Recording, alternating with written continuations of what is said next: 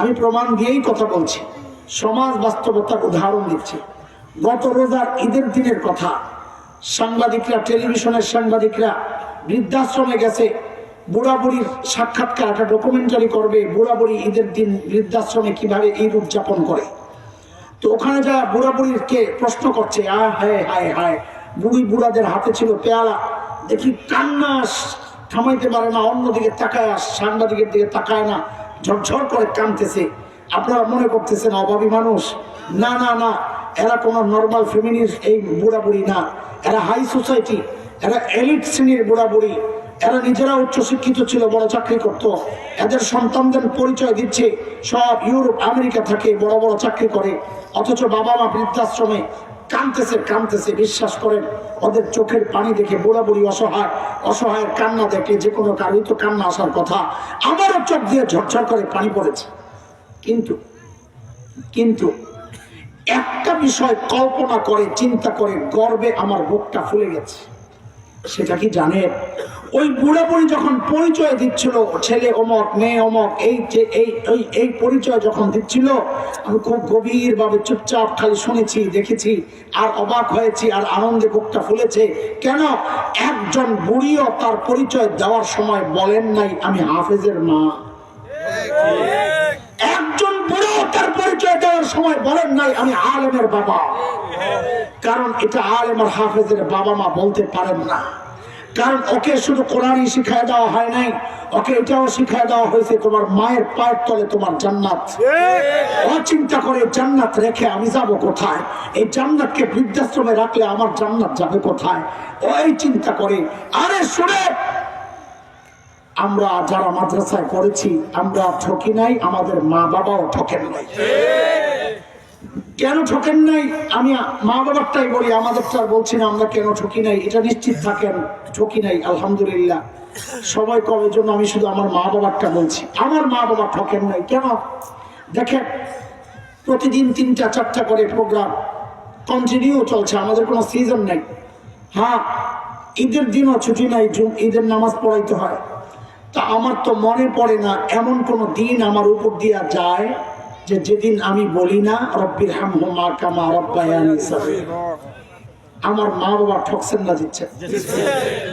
আমি আবার মাঝে মাঝে কিছু পাগলামিও করি। কবর জিয়ারত, ওখানে না যায় এখান থেকে পাঠাইলেও তো মা বাবা পাবেন। আমাদের বাড়ি কুমিল্লা, কিন্তু ওই যে মনের পাগলামি, যাই চলে যাই। মাদ্রাসা আছে, মাদ্রাসার পেছনে মা বাবার কবর একসাথে পাশাপাশি শোয়া। মাঝে মধ্যে যাই এই বাচ্চাদের মতো দুজনের মাথার মাঝখানে যায় বসে পড়ি। বসি কেন? যে এখন তো আর আগের মতো মাথায় একটু তেল লাগাই দিতে পারবো না, এখন তো একটু পাউডার দাবাই দিতে পারবো না, এই শীতের মধ্যে একটা কম্বল তো পাঠাইতে পারবো না, কিন্তু আমি যা পারবো এটাই করি। বসে বসে কিছুক্ষণ কোরআন আল কারীমের তিলাওয়াত করি। ওঠার সময় আল্লাহকে ডেকে বলি, ও আল্লাহ, এই যে তোমার কালামের তিলাওয়াত করলাম এই মানুষগুলোর উসিলায়, তারা শিখাইছেন তাই করছি। ওগো মালিক, দুনিয়া থেকে বিদায় নেওয়ার সময় আমাকে যারা তোমার সাথে জুড়ে দিয়া গেছে, ও আল্লাহ, আজকে তারা একা, কিন্তু তোমার রহমত থেকে যেন তারা বিচ্ছিন্ন না হয়ে যায়। কান্দে কান্দে কথা বলি রব্বির হামহুমা কামা রাব্বায়ানি সগীরা। আহা, কি করলেন জীবনে, দুনিয়াও শেষ করলেন, আপনার তো আখিরাতও বরবাদ। কারণ কোরআনের কথা সূরা আহজাবে আসছে, যেই সন্তানের কেরিয়ার চিন্তা করে নিজের কেরিয়ারটা শেষ করেছেন, ওই সন্তানের উপর আপনি দুনিয়ায় জুলুম করেছেন। এই জুলুমের বদলা সন্তান নেবে কিভাবে? আল্লাহর আদালতে বিচার দিয়া। কি বলবে? কোরআনে আসছে সূরা আহজাবে, সন্তান আল্লাহর আদালতে দাঁড়ায় বলবে, রব্বানা ইন্না আতানা সাদাতানা ওয়া কুবারাআনা ফাআদাল্লুনা আস-সাবিলা রব্বানা আতিহিম দি'ফাইনি মিনাল আযাব ওয়ালআনহুম লা'নান কাবীরা। আল্লাহ, আমার বাবা মা, আমার মুরব্বী, ওদেরকে আমি ফলো করেছি, ওরা আমাকে পথভ্রষ্ট করেছে, আমি এখন ডাবল শাস্তি চাই। ডাবল কেন? তাফসীর পরে বুঝেন, আগে এমনি বুঝেন। বলে আমাকে খাওয়ানোর দায়িত্ব ছিল, খাওয়ায় নাই। বিষ খাওয়াইছে, এক অপরাধ, খাওয়ায় নাই, বিষ খাওয়াইছে, আরেক অপরাধ। দুই অপরাধ। এবার তাফসীর বুঝেন, আমাকে দিন শেখানোর দায়িত্ব ছিল, শেখায় নাই, এক অপরাধ। বদ্দিনই শিখায়া নাস্তিকতার দিকে ঠেলে দিয়েছে, আরেক অপরাধ। আল্লাহ দুই অপরাধের কারণে আমি ডাবল শাস্তি চাই। আহা আল্লাহ, আপনি তো আবার রহমান রহিম দয়ালু, বান্দার করুণ চেহারা দেখলে তো আপনার মায়া লেগে যেতে পারে। ও আল্লাহ, দুনিয়া আমার উপর যারা জুলুম করেছে আজকে তাদের জন্য আমি কোনো রহমত চাই না। ওয়াল আনহুম লানান কাবীরা, ওদেরকে আপনার রহমত থেকে দূরে, বহু দূরে সরায়া দেন। যেখানে পড়ার কথা রব্বির হামহুমা কামা রাব্বায়ানি সাগীরা, সেখানে পড়তেছি ওয়াল আনহুম লানান কাবীরা। এই জন্যই শুরুতে বলাইছি, মুখস্থ করাইছি। আরে করলাম কি, আরে করলাম কি? আমাদেরকে তাচ্ছিল্য করে, গর্ব করেন না। ডাক্তারের বাবা, ডক্টরের বাবা, ইঞ্জিনিয়ারের বাবা গর্ব করে। আর গর্ব তো করবে আলেমের বাবা, গর্ব করবে হাফেজের বাবা।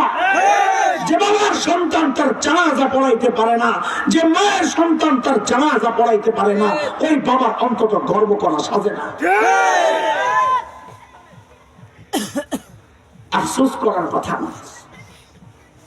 যাই হোক, কষ্ট নিয়েন না, অনেক কঠিন কঠিন কথা বলেছি, কিন্তু হৃদয় থেকে বলেছি, আপনাদেরকে কষ্ট দেওয়ার জন্য না।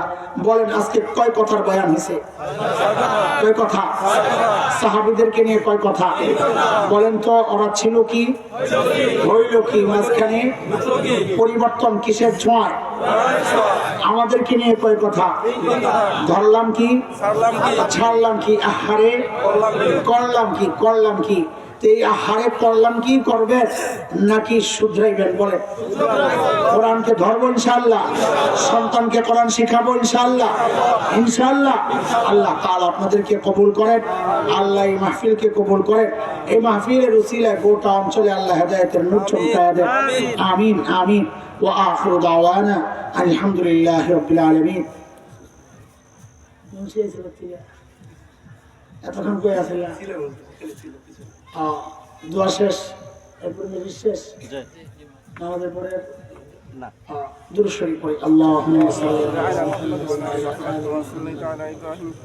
كما صليت على إبراهيم وعلى آل إبراهيم إنك حميد مجيد اللهم بارك على। জায়গা থেকে বলছি, এখানে অনেক পাওয়া যাবে যারা এই কথায় মিথ্যাবাদী, সত্য বলেন নাই। আপনি কেমনি বুঝলেন? গায়েব জানেন না? আমি গায়েব জানবো কোথেকে? গায়েব তো জানেন শুধু আল্লাহ।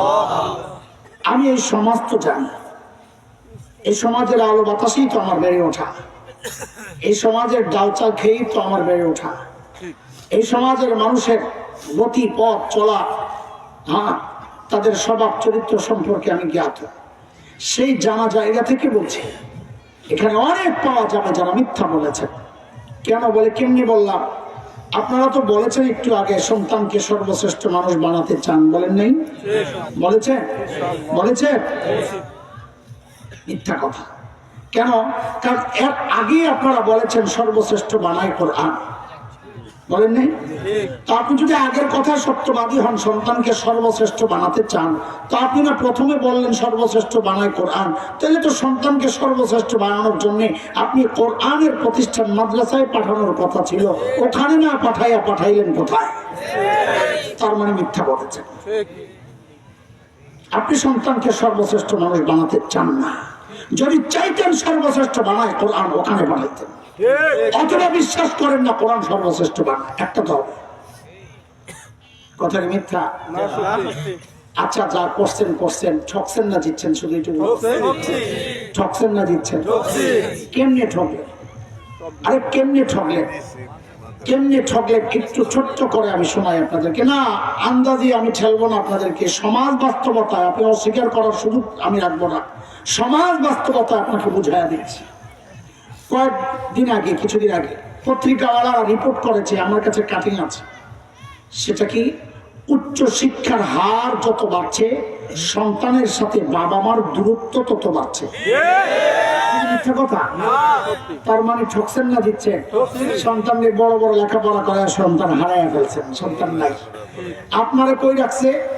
শুনেন শুনেন, গত রোজার ঈদের দিনের কাহিনী শোনেন। আমি বলেছি আমি আন্দাজি ঠেলবো না আপনাকে, আমি প্রমাণ দিয়েই কথা বলছি, সমাজ বাস্তবতার উদাহরণ দিচ্ছি। গত রোজার ঈদের দিনের কথা।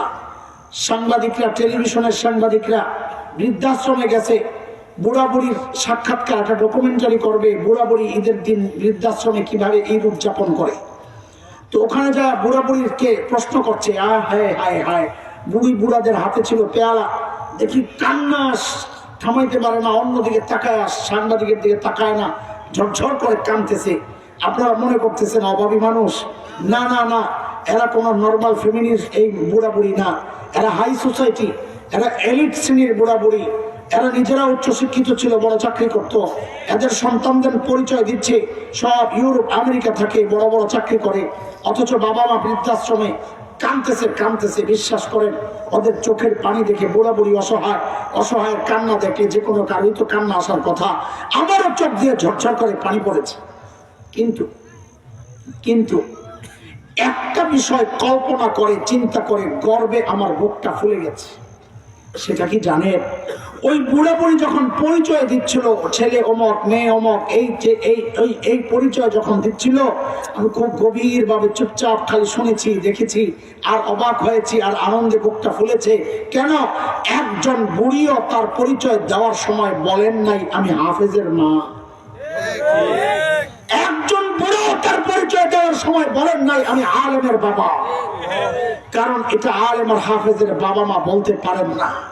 কারণ ওকে শুধু কোরআনই শিখায় দেওয়া হয় নাই, ওকে এটাও শিখায় দেওয়া হয়েছে তোমার মায়ের পায়ের তলে তোমার জান্নাত। ও চিন্তা করে জান্নাত রেখে আমি যাব কোথায়, এই জান্নাতকে বৃদ্ধাশ্রমে রাখলে আমার জান্নাত যাবে কোথায়, ওই চিন্তা করে। আরে শুনে, আমরা যারা মাদ্রাসায় পড়েছি আমরা ঠকি নাই, আমাদের মা বাবাও ঠকেন নাই। কেন ঠকেন নাই? আমি মা বাবারটাই বলি, আমাদেরটা বলছি না আমরা কেন ঠকি নাই, এটা নিশ্চিত থাকেন ঠকি নাই আলহামদুলিল্লাহ। সবাই কবে জন্য আমি শুধু আমার মা বাবারটা বলছি, আমার মা বাবা ঠকেন নাই। কেন? দেখেন, প্রতিদিন 3টা 4টা করে প্রোগ্রাম কন্টিনিউ চলছে, আমাদের কোনো সিজন নাই। হ্যাঁ, ঈদের দিনও ছুটি নাই, ঈদের নামাজ পড়াইতে হয়। তা আমার তো মনে পড়ে না এমন কোন দিন আমার উপর দিয়া যায় যে যেদিন আমি বলি না রব্বির হামহুমা কামা রাব্বায়ানি সগীরা। আমার মা বাবা ঠকছেন না, দিচ্ছেন। আমি আবার মাঝে মাঝে কিছু পাগলামিও করি, কবর জিয়ারত, ওখানে না যায় এখান থেকে পাঠাইলো তো মা বাবা পাবেন। আমাদের বাড়ি কুমিল্লা, কিন্তু ওই যে মনের পাগলামি, যাই চলে যাই। মাদ্রাসা আছে, মাদ্রাসার পেছনে মা বাবার কবর একসাথে পাশাপাশি শোয়া। মাঝে মধ্যে যাই এই বাচ্চাদের মতো দুজনের মাথার মাঝখানে যায় বসে পড়ি। বসি কেন? যে এখন তো আর আগের মতো মাথায় একটু তেল লাগাই দিতে পারবো না, এখন তো একটু পাউডার দাবাই দিতে পারবো না, এই শীতের মধ্যে একটা কম্বল তো পাঠাইতে পারবো না, কিন্তু আমি যা পারবো এটাই করি। বসে বসে কিছুক্ষণ কোরআন আল কারীমের তিলাওয়াত করি। ওঠার সময় আল্লাহকে ডেকে বলি, ও আল্লাহ, এই যে তোমার কালামের তিলাওয়াত করলাম এই মানুষগুলোর উসিলায়, তারা শিখাইছেন তাই করছি। ওগো মালিক, দুনিয়া থেকে বিদায় নেওয়ার সময় আমাকে যারা তোমার সাথে জুড়ে দিয়ে গেছে, ও আল্লাহ, আজকে তারা একা, কিন্তু তোমার রহমত থেকে যেন তারা বিচ্ছিন্ন না হয়ে যায়।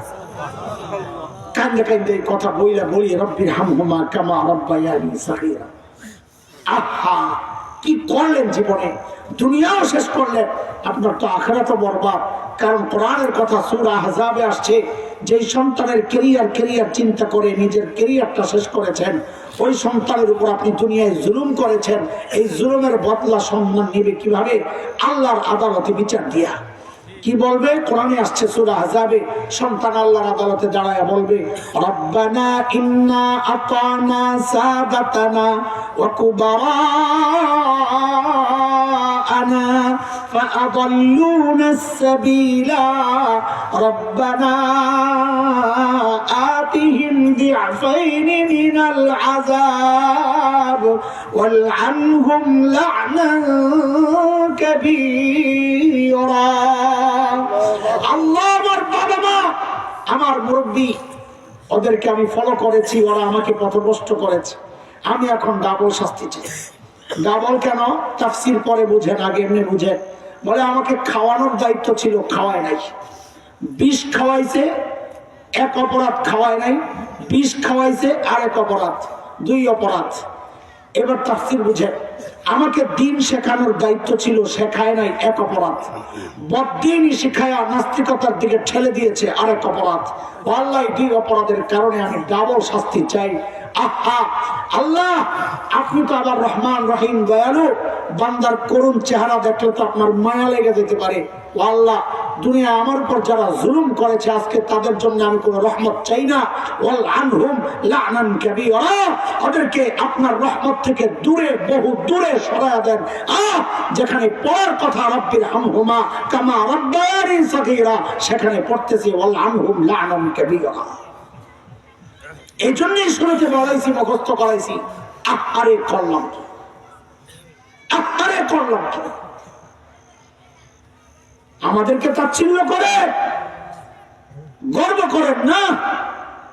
ডাক্তারের বাবা, ডক্টরের বাবা, ইঞ্জিনিয়ারের বাবা, গর্ব করেন। আর গর্ব তো করবে আলেমের বাবা, গর্ব করবে হাফেজের বাবা। যে বাবার সন্তান তার জানাজা পড়াইতে পারে না, যে মায়ের সন্তান তার জানাজা পড়াইতে পারে না, ওই বাবার অন্তত গর্ব করা সাজে না। আফসোস করার কথা না। যাই হোক, কষ্ট নিয়েন না, অনেক কঠিন কঠিন কথা বলেছি, কিন্তু হৃদয় থেকে বলেছি, আপনাদেরকে কষ্ট দেওয়ার জন্য না। বলেন আজকে কয় কথার বয়ান হয়েছে? কয় কথা? সাহাবীদেরকে নিয়ে কয় কথা? বলেন তো, ওরা ছিল কি, হইল কি, মাঝখানে পরিবর্তন কিসের ছোঁয়ায়? আমাদেরকে নিয়ে কয় কথা? ধরলাম কি, ছাড়লাম কি, আহারে করলাম কি, করলাম কি। এই আহারে করলাম কি করবে নাকি শুধরাইবেন? বলে কোরআনকে ধরবো ইনশাআল্লাহ, সন্তানকে কোরআন শিখাবো ইনশাআল্লাহ, ইনশাআল্লাহ। আল্লাহ তাআলা আপনাদেরকে কবুল করেন, আল্লাহ এই মাহফিলকে কবুল করেন। এই মাহফিলের উসিলায় গোটা অঞ্চলে আল্লাহ হেদায়েতের নূর চমকায়া দেন। আমিন আমিন। ওয়া আখিরু দাওয়ানা আলহামদুলিল্লাহি রাব্বিল আলামিন। এতক্ষণ কই আছিলা?